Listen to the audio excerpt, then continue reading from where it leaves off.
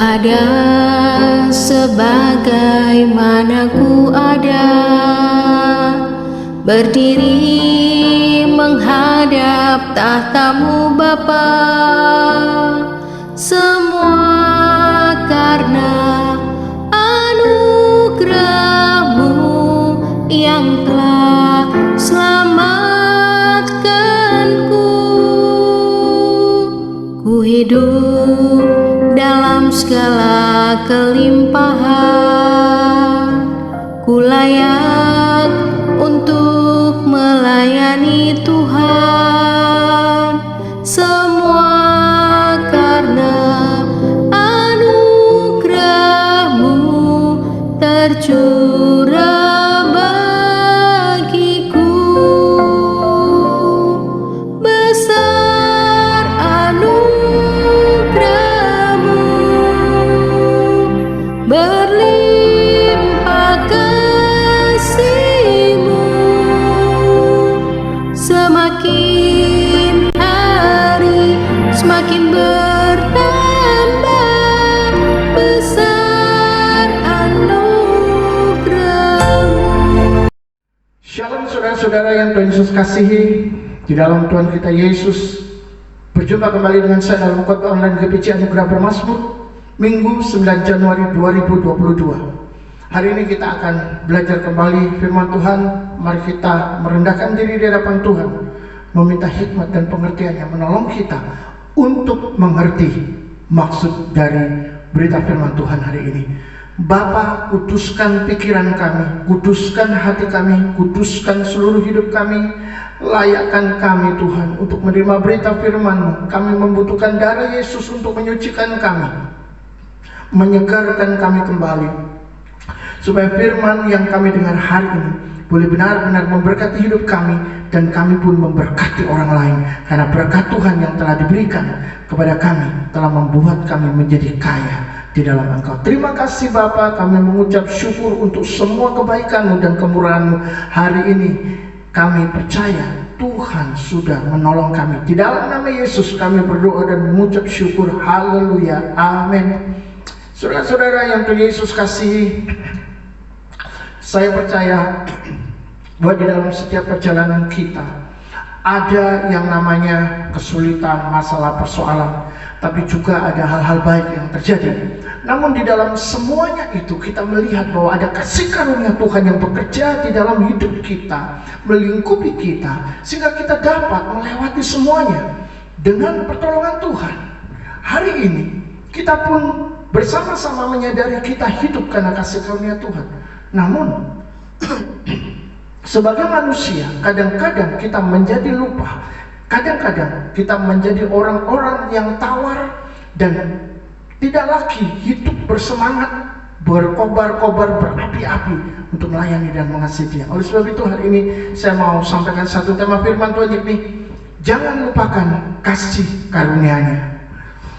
Dalam sebuah komunitas kita bertemu dan membangun sebuah hubungan, dan hal paling menyenangkan adalah ketika ada sebuah event, kita bersatu, bergotong royong dan bekerja sama untuk mencetak sebuah gol demi kepentingan bersama.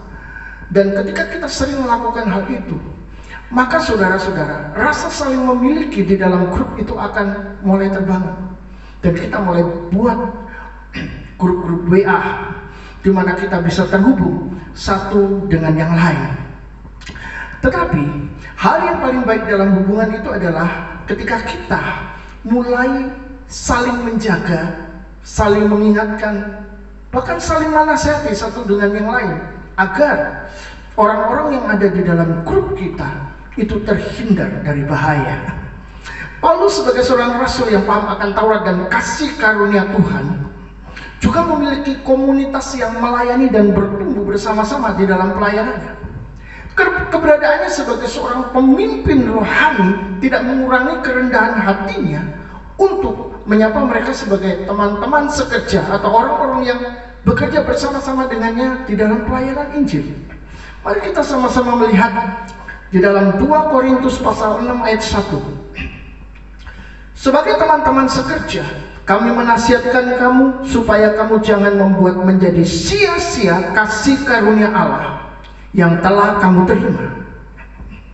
Saudara, Saulus adalah seorang Farisi yang sangat fanatik di dalam Judaismenya, dan bahkan karena keyakinannya yang begitu kuat, dia tidak bisa menerima kalau Yesus itu dianggap sebagai Mesias atau Tuhan yang Maha Kuasa. Dan itu membuat dia melakukan tindakan-tindakan kejam sebelum mengenal Yesus. Dia menyeret orang-orang Kristen untuk dipenjara dan mengalami siksaan. Tetapi Paulus sendiri mengalami perjumpaan dengan Kristus yang mengubah segala sesuatu di dalam kehidupannya. Paulus di dalam Yesus melihat terang, melihat kebenaran, mengalami penyingkapan dan keselamatan. Karena Paulus berjumpa secara pribadi dengan Tuhan, berjumpa secara pribadi dengan Yesus. Bahkan dia mulai menganggap segala sesuatu yang ditekuninya dahulu adalah sampah. Ini sangat menarik. Paulus sudah berubah total dan dia menyebut hal itu sebagai kasih karunia. Setelah mengenal Kristus, hidup Paulus sudah tidak sama lagi. Dia mengingatkan orang-orang yang bekerja bersama-sama dengannya, yang di dalam terjemahan LAI digunakan kata sebagai teman-teman sekerja. Teman-teman sekerja itu berasal dari bahasa aslinya Sunergiuntes atau Sunergiu, yang artinya bekerja bersama-sama. Paulus mengingatkan dengan sungguh-sungguh sebagai partner yang mengasihi mereka agar kasih karunia Allah jangan disia-siakan. Setelah itu mereka terima, setelah itu diberikan Tuhan kepada mereka. Paulus menekankan itu sebagai sesuatu yang sangat penting, karena kasih karunia itu adalah sangat mahal harganya. Demikianlah dalam hidup ini, saudara-saudara. Tuhan tidak mau kita melupakan kasih karunia Tuhan, karena pemberian itu bersifat istimewa dan tidak bisa dibeli dengan uang. Mari kita lihat Kisah Para Rasul pasal 8 ayat 20. Tetapi Petrus berkata kepadanya, binasalah kiranya uangmu itu bersama dengan engkau, karena engkau menyangka bahwa engkau dapat membeli karunia Allah dengan uang. Saudara-saudara, ayat ini ditulis karena sebelumnya ada sebuah peristiwa. Seorang dukun bernama Simon melihat Petrus menumpangkan tangannya atas orang-orang dan mereka menerima Roh Kudus. Lalu Simon berpikir dia bisa membeli kuasa itu dari si Petrus. Mungkin di dalam pengalamannya sebagai seorang dukun atau sebagai tukang sihir, katakanlah begitu, ada jual beli semacam itu, karena ilmu itu bisa ditransfer satu dengan yang lainnya. Dulu teman saya sekolah bercerita, dia membeli ilmu dengan harga cuma 15.000 saja. Itu mungkin tahun 1992, kira-kira udah lama sekali sudah.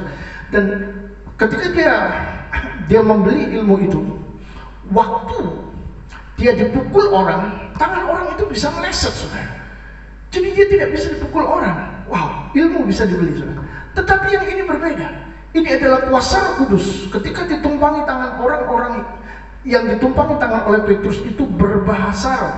Namun saudara, Simon menawarkan uang kepada Petrus agar diberikan kuasa Roh Kudus itu sehingga dia bisa melakukan hal yang sama dengan Petrus. Wow, rupanya dia juga ingin membantu di dalam pelayanan. Dan tentu saja Petrus menjadi marah karena Simon, si dukun ini, sangat duniawi dan tidak mengerti perkara rohani sama sekali.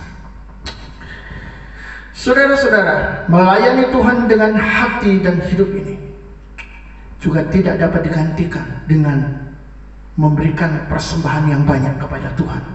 Ingat baik-baik, uang tidak bisa menggantikan pelayanan kita kepada Tuhan. Sama seperti uang juga tidak bisa menggantikan kasih karunia Tuhan dalam hidup kita. Kalau saudara mau melayani Tuhan, layanilah dengan hidup saudara. Dan tentu saja orang yang melayani dengan hidupnya, dia akan keluarkan apa yang dia miliki di dalam kehidupannya.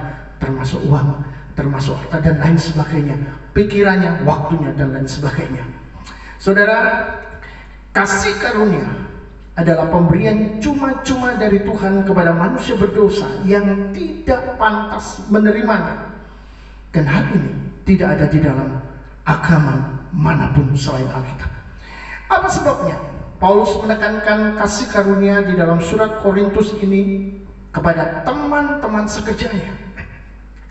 Jika kita melihat dalam ayat-ayat sebelumnya, maka kita akan menemukan penjelasan realnya. Mari kita buka 2 Korintus pasal 5 ayat 15. Dan Kristus telah mati untuk semua orang, supaya mereka yang hidup tidak lagi hidup untuk dirinya sendiri, tetapi untuk Dia yang telah mati dan telah dibangkitkan untuk mereka. Kasih karunia yang pertama diperoleh sebagai anugerah karena kematian Kristus. Saudara, dalam hidup ini manusia pasti pernah menerima yang namanya sebuah pemberian. Entah itu sebuah cenderamata yang sangat sederhana, seperti dulu seorang guru pernah memberikan kepada saya sebuah pensil dari Malaysia. Saudara, walaupun itu pensil, setidaknya pada waktu itu saya menerimanya ini sebuah cenderamata dari luar negeri, begitu kira-kira. Tetapi juga saudara, bukan cuma itu, manusia juga pasti pernah menerima sebuah pemberian yang dari sederhana sampai yang paling istimewa. Dari makanan biasa, mungkin ada orang memberikan nasi bungkus atau mungkin nasi yang sangat enak dan lezat, sampai mobil mewah, sampai rumah dan lain sebagainya. Yang jelas pemberian itu memiliki arti penting di dalam hidup seseorang ataupun tidak, tergantung dari penerimanya. Suatu hari sang gajah bertemu dengan binatang-binatang di hutan untuk menjalin pertemanan. Tapi saudara-saudara, tidak ada yang mau karena ukuran gajah terlampau besar bagi mereka. Sampai akhirnya gajah ini tinggal sendirian, walaupun tidak jauh dari lingkungan itu, tidak pergi dari tempat itu.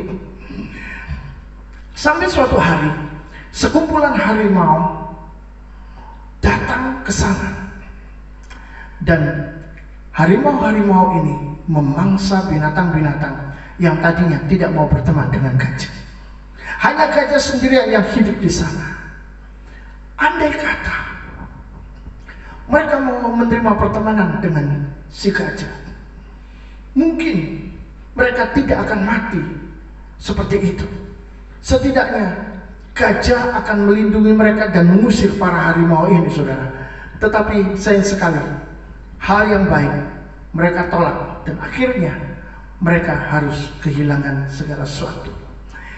Ketika seseorang tidak mau menerima perbedaan, maka saudara, kadang-kadang orang akan mengalami sesuatu yang sangat merugikan. Seringkali manusia itu menyia-nyiakan anugerah dari Tuhan untuk kepentingan mereka, tapi tetap merasa benar karena meremehkan berkat Tuhan. Kenapa manusia menyia-nyiakan anugerah Tuhan? Yohanes pasal 1 ayat 9 sampai 11 mungkin akan membantu kita untuk mengerti. Terang atau Yesus yang sesungguhnya, yang menerangi setiap orang sedang datang ke dalam dunia. Ia telah ada di dalam dunia dan dunia dijadikan olehnya. Dunia dijadikan oleh Yesus, tetapi dunia tidak mengenalnya. Ia datang kepada milik kepunyaannya, tetapi orang-orang kepunyaannya itu tidak menerimanya. Jadi saudara-saudara, ayat ini menunjukkan terang itu datang ke dalam dunia, tetapi dunia menolaknya. Orang-orang kepunyaannya menolaknya. Kenapa? Karena terang tidak bisa menyatu dengan gelap. Manusia yang gelap berbeda dengan Tuhan yang terang. Ketika seseorang harus menerima Kristus, kadang-kadang mereka sangat sulit untuk melakukannya karena tidak boleh ini, tidak boleh begitu, harus begini, harus begitu. Itu di dalam pikiran mereka, tidak sadar bahwa kasih karunia Tuhan bisa mengubah segala-galanya. Jadi di sini ada 3 macam manusia yang menyia-nyiakan kasih karunia Allah. Yang pertama, mereka yang menolak Yesus, padahal Yesus adalah Tuhan mereka. Yang kedua, mereka yang tadinya percaya Yesus tapi meninggalkannya karena sesuatu, karena kekayaan, karena pasangan hidup, atau karena ancaman, dan lain-lain sebagainya. Yang ketiga, mereka yang percaya Yesus dan telah melayani, wah ini sudah lebih dalam, tapi menjadi kendor dan mulai meremehkan kehadirannya dalam hidup mereka. Mungkin golongan inilah yang diingatkan oleh Paulus, yang di golongan yang sudah percaya dan sudah melayani, tetapi mulai kendor dan mulai meremehkan kehadirannya, atau mulai tidak teguh lagi di dalam iman. Itulah bahayanya. Saudara-saudara, mungkin ini akan membantu kita juga untuk mengerti bahwa orang-orang yang menolak Yesus padahal Yesus adalah Tuhan mereka adalah orang-orang yang menyia-nyiakan kasih karunia Tuhan. Kecelakaan di Campinas. Seorang gadis di Campinas, Brasil, tahun 2005 sedang bersama-sama temannya untuk pergi. Ya, mungkin mereka akan berjalan-jalan. Dan ibu gadis ini, saudara, memberkatinya dan berkata, Tuhan menyertai engkau anakku. Tapi gadis ini menjawab dengan sangat-sangat ketus. Dengan nada mengejek dia berkata, boleh, tapi Tuhan duduk di bagasi karena mobil ini sudah penuh. Saudara, saya yakin itu diselingi dengan tertawa. Dan akhirnya saudara, pergilah mereka. Dalam beberapa waktu kemudian, di dalam perjalanan terjadilah kecelakaan dan tidak ada satupun yang selamat. Tapi ada sesuatu yang aneh, karena bagasi dan sekotak telur di dalamnya itu utuh, tidak tersentuh. Saudara, gadis ini tadi sudah mengatakan, biar Tuhan duduk di bagasi saja. Setidaknya Tuhan menunjukkan bahwa jika dia diberikan tempat untuk menyertai, dia akan menyertai kita.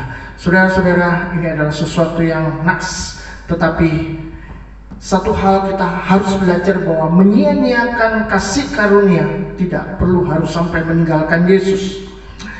Menganggap sepi kasih karunia-Nya, hambar dengan Yesus, dan tidak menghargai Tuhan saja, Anda sudah termasuk orang yang menyia-nyiakan kasih karunia. Mengapa? Karena kasih karunia terlalu berharga untuk disambut. Kalau kasih karunia tidak diberikan tempat, maka orang itu sungguh-sungguh tidak menghargai kasih karunia Tuhan. Orang itu sungguh-sungguh menyia-nyiakan kasih karunia Allah.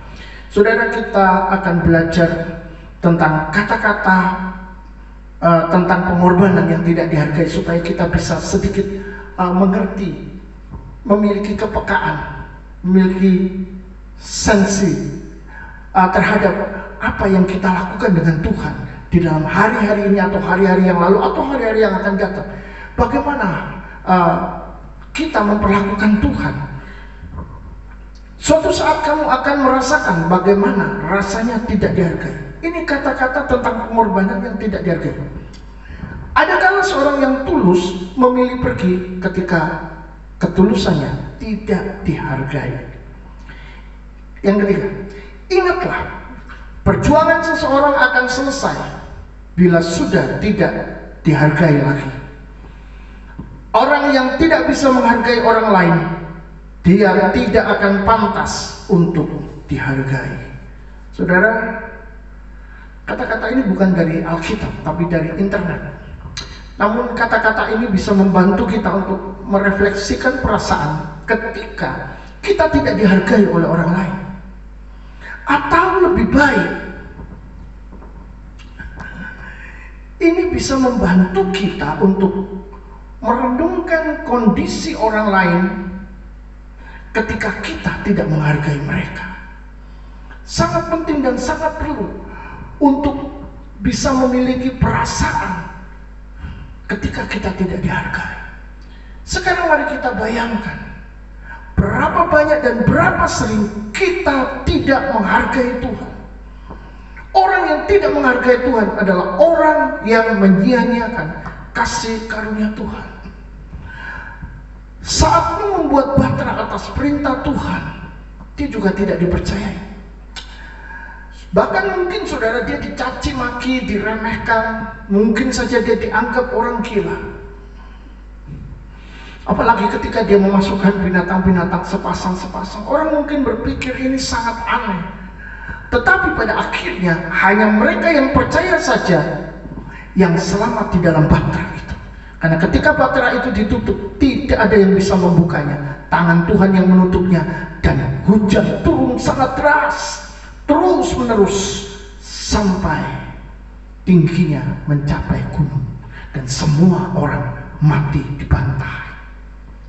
Hanya Nuh dan keluarganya saja yang percaya kepada Tuhan yang selamat. Sekarang mari kita pikirkan lebih jauh. Berapa banyak Tuhan memberikan kebaikan dan segala sesuatunya kepada kita, tapi apakah kita memberikan penghargaan yang sepadan untuk dia? Atau kita justru menyia-nyiakan kasih karunia Allah yang justru sebenarnya tidak bisa kita balas dengan apapun juga? Saudara, mari kita lihat yang kedua. Kasih karunia mengubah keadaan orang yang memperolehnya menjadi mati bagi diri sendiri dan mati bagi dunia. Sebaliknya menjadi hidup untuk Yesus. Kasih karunia tidak cuma bicara tentang Allah menyelamatkan kita dari api neraka melalui pengorbanan Yesus di atas kayu salib. Kasih karunia tidak berhenti karena Yesus mati untuk semua orang. Tetapi ketika kasih karunia Tuhan itu melawat kita, maka ada perubahan signifikan di dalam kehidupan kita. Apa yang terjadi? Kita menjadi mati bersama Kristus dan hidup di dalam kehidupan yang baru. Yesuslah kasih karunia itu sendiri, karena dia kita mengalami dirinya di dalam hidup kita, sehingga kita dapat bebas dari kehidupan yang serupa dengan dunia ini. Tadinya saudara, kita hidup untuk memuaskan dosa dan menyenangkan hati setan yang akan berakhir ke negeri maut. Di sana saudara, tidak ada kasih karunia, tidak ada keselamatan, dan tidak ada kebaikan apapun. Tapi saat kita menerima kasih karunia, yakni menerima Yesus sebagai Tuhan dan Juru Selamat kita memperoleh semua yang baik. Hanya belum sempurna dan lengkap sampai tiba waktunya. Namun saudara, penerimaan itu berakibat kematian kita untuk memuaskan dunia dan setan. Hidup kita berubah hanya untuk menyenangkan Tuhan. Namun ini adalah sebuah peperangan. Kita akan terus ditarik untuk kembali lagi ke hidup yang lama, menyenangkan hati setan, memuaskan keinginan daging, membuat hidup kita jauh dari Tuhan. Mari kita lihat surat Roma pasal 6 ayat 8. Jadi jika kita telah mati dengan Kristus, kita percaya bahwa kita akan hidup juga dengan Dia. Mati dengan Kristus, kita pun juga akan hidup dengan Yesus. Mati dengan Kristus di atas kayu salib berarti kita menanggalkan tubuh yang berdosa, menanggalkan keinginan-keinginan daging. Tapi hidup dengan Kristus berarti kita hidup untuk Allah, menyenangkan hatinya dan bukan menyenangkan iblis. Saudara, memang benar, banyak lika-liku masih bisa jatuh. Tapi jika mata hati kita terarah kepada Yesus dan kesadaran kita akan ciptaan yang baru di dalam Yesus itu ada, maka kita akan berusaha keluar dan meninggalkan dunia. Untuk apa? Memperoleh kembali persekutuan dengan Tuhan. Dengan demikian kita akan keluar dari kebodohan menyia-nyiakan kasih karunia Tuhan. Jadi mari keluar dari kekacauan, kembali kepada tangannya yang penuh kasih, Berbaliklah dari jalan Anda yang keliru dan hidup di dalam kemuliaan Tuhan. Itulah tanda kita menghargai kasih karunia Tuhan. Amin. Berjuanglah untuk Tuhan dan bukan untuk dunia dan daging. Lawanlah setan, maka ia akan lari daripadamu. Sekuat apapun iblis, sekuat apapun dia, lawan. Yakobus pasal 4 ayat 7. Karena itu tunduklah kepada Allah dan lawanlah iblis, maka ia akan lari daripadamu. Karena barang siapa tunduk kepada Tuhan, ia pun akan beroleh kelepasan. Ada 3 poin dalam hal ini. Yang pertama, sekecil apapun yang kita terima dari Tuhan adalah berharga dan istimewa. Jangan pernah menganggapnya kecil dan remeh. Saya ulang lagi, saudara. Sekecil apapun yang kita terima dari Tuhan adalah berharga dan istimewa. Jangan pernah menganggapnya kecil dan remeh. Saudara, kalau Anda dilempari kaos sama orang lain, apa reaksi Anda? Yang pertama, mungkin ketika saudara dilempar kaos oleh orang lain, saudara hanya melihat orang itu, melihat kaos itu, dan meninggalkannya, tidak peduli. Tapi kemungkinan yang kedua, ketika saudara dilempar kaos, saudara akan menendang kaos itu dan berusaha untuk melemparkannya ke bak sampah, betul? Atau yang ketiga, saudara mengambil kaos itu dan melemparkan balik sambil mencaci maki orang itu. Tapi kalau yang melemparkan kaos itu adalah seorang artis terkenal, idola Anda, dan kaos yang dilemparkan itu baru saja dibuka dari badannya, dilemparkan kepada saudara, itu kaosnya dia, saudara, kaos bekas. Apa reaksi saudara? Apakah saudara akan tetap membuangnya ke sampah, atau saudara menyimpannya sebagai kenang-kenangan dan menganggap kaos bekas itu sebagai barang berharga? Demikian pula saudara-saudara, sekecil apapun yang kita terima dari Tuhan adalah berharga dan istimewa, karena Tuhan lebih daripada idola kita. Amin. Yang kedua, kasih karunia Allah adalah pemberian istimewa dan terbesar. Jangan pernah tinggalkan itu di bak sampah, karena Anda akan menyesal. Yang ketiga, Yesus yang mengorbankan diri di kayu salib adalah kasih karunia terbesar yang menyelamatkan dan mengubah kita menjadi mati bagi dunia dan hidup bagi Allah. Satu perkara, jangan lupakan kasih karunia-Nya, karena itu adalah yang terbesar, terindah, termulia, dan tidak ada duanya. Tuhan memberkati saudara dan terus bertumbuh di dalam firman-Nya. Amin. Besar anugerah-Mu, berlimpah kasih-Mu, semakin hari semakin